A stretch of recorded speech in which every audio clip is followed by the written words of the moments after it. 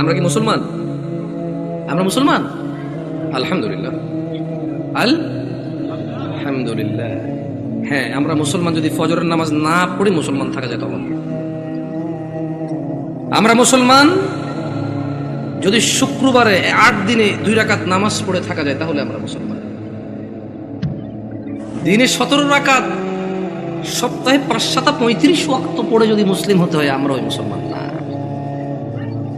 ওই ইসলাম অনেক কঠিন। একটু বাচ্চা কাচ্চাগুলোকে যদি একটু শান্ত হতে বলা যায়, তবে কেউ ধমক দেওয়ার দরকার নয়। ছোট ভাই শোনো, তোমরা হ্যালো, ছোট ভাই তোমাদেরকে বলছি, এই ছোট ভাই তোমরা তোমরা এভাবে চিল্লাচিল্লি করিও না, কেমন?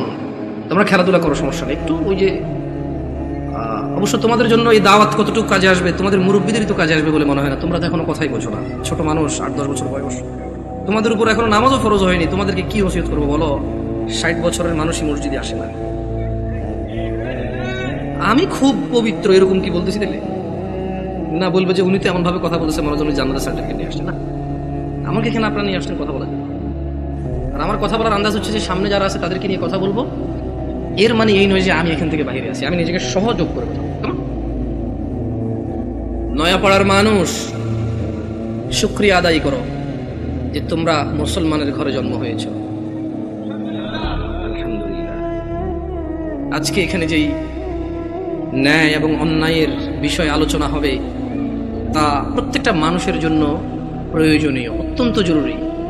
কিন্তু তোমরা মুসলিমের ঘরে হওয়ার কারণে চিন্তা করেছো আমরা মুসলমান ওয়াজে যাব, যে অন্য কোনো ধর্মের কারো ঘরে হয়েছে সেখানে আজকে আসেনি। তোমরা শুকরিয়া আদায় করো যে তোমরা মুসলিম হয়েছো, তোমাদের এই মন মানসিকতা হয়েছে এখানে এসেছো।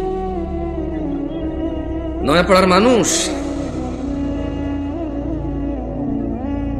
তোমরা কি মুসলমান হয়ে মরতে চাও? একটা পরামর্শ দিবে, শুনবে? দেখো, আমার এখনো দাড়ি পাকে নাই,